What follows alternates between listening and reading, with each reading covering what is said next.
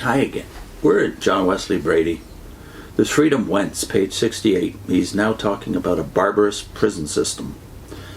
As for the prison system which accompanied this administration of justice, that is, in the middle of the 18th century, its horrors, owing to the labors of Oglethorpe, Wesley, and Howard, and what are well known. Oglethorpe's Parliamentary Committee of 1728 to 29 found that the gross cruelties perpetrated, even upon debtors, amounted to little less than deliberate torture.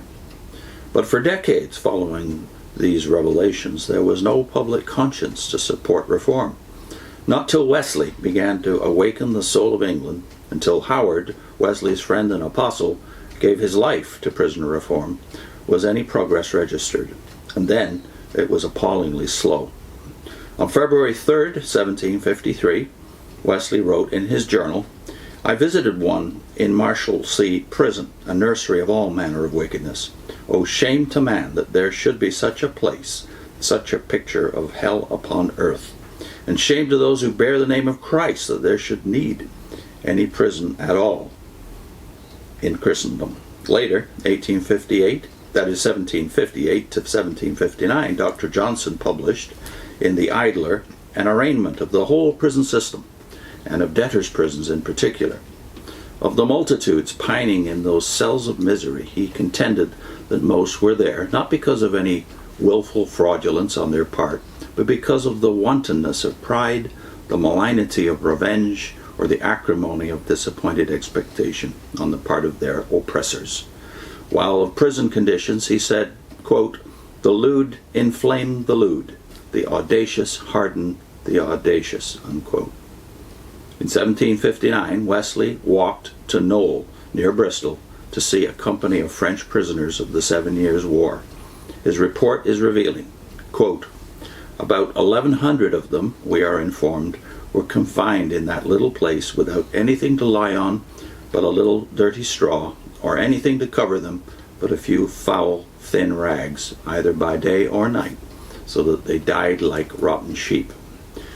I was much affected, and preached in the evening on Exodus 33, verse 9.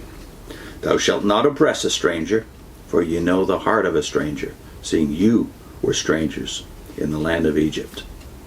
18 pounds were contributed immediately, which were made up to 24 pounds the next day. With this we bought linen and woolen cloth, which we made up into shirts, waistcoats, and breeches. Some dozens of stockings were added, all of which were carefully distributed where there was the greatest want.